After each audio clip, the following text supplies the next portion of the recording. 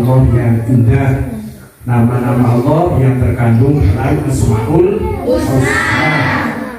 Masih kita ingat yang jumlahnya yaitu 99. Setiap kembali istighfar, Pak Guru mohon kalian membaca yang khusyuk.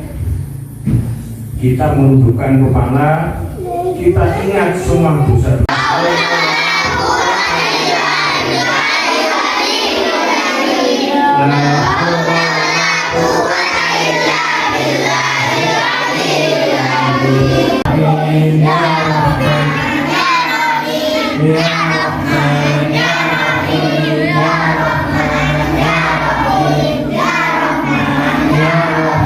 Bismillahirrahmanirrahim.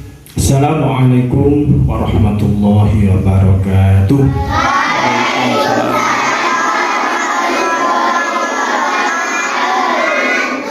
Alhamdulillahirabbil alamin wa bihi nasta'inu ala umuri dunya waddin. Wassalatu wassalamu ala asyrafil anbiya'i wal mursalin sayyidina wa maulana Muhammadin wa ala alihi wa sahbihi ajma'in. Rabbi shrah li sadri wa yassir li amri wahlul 'uqdatam min lisani yafqahu qawli. Amma ba'd.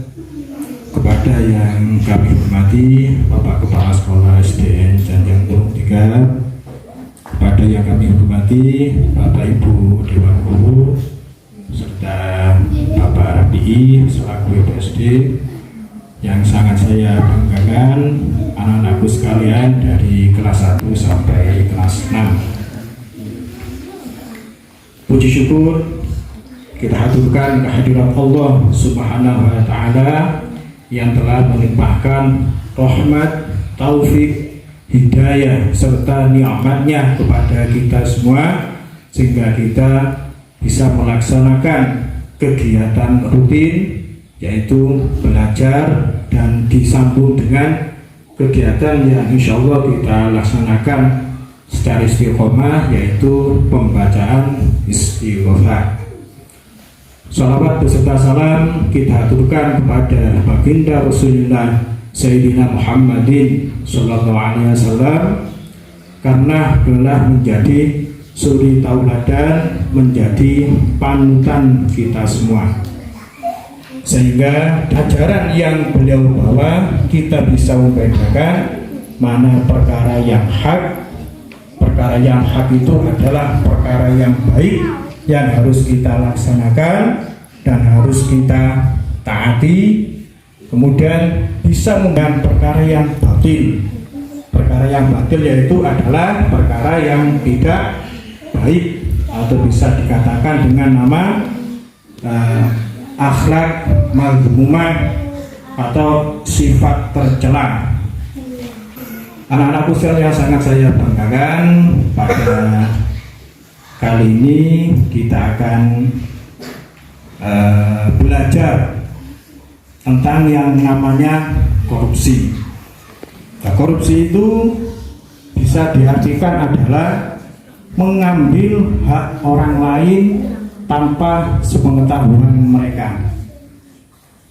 Orang korupsi itu bisa terjadi di mana-mana, bisa juga di sekolah, bisa. Contohnya di dalam kelas. Umpamanya di dalam kelas ada struktur kepengurusannya, ada ketua kelas, ada sekretaris, ada bendahara.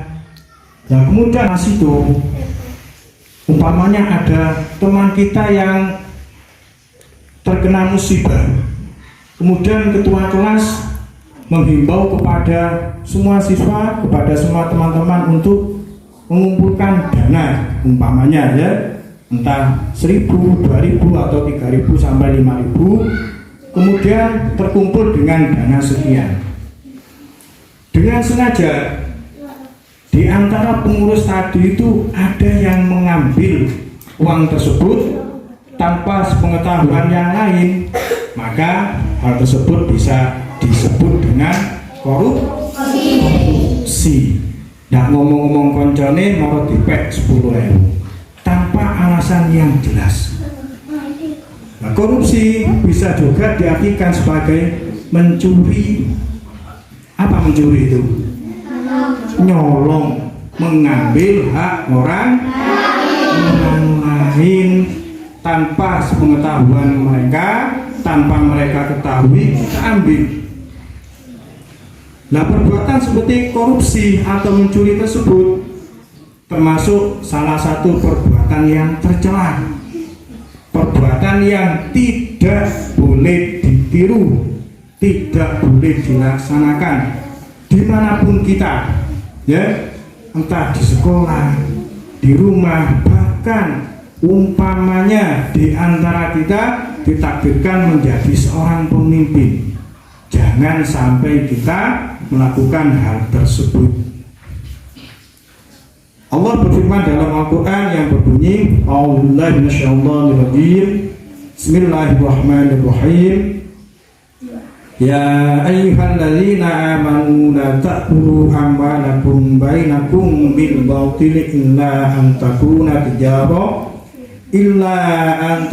tijaratan an taradin minkum wala taqtulu anfusakum innallaha kana bikum rahiba.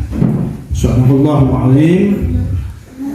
Yang artinya yaitu, wahai orang-orang yang beriman, janganlah kamu saling memakan harta sesamamu dengan jalan yang batil. Jalan yang batil itu adalah jalan yang tidak benar atau yang tidak baik, kecuali dalam perdagangan yang berlaku atas dasar suka sama suka di antara kamu, dan janganlah kamu membunuh dirimu, sungguh Allah Maha Penyayang kepada kita semua. Dan sudah jelas dalam Al-Quran, ya, dijelaskan oleh Allah bahwa korupsi atau mencuri atau mengambil hak orang lain itu tidak diperbolehkan.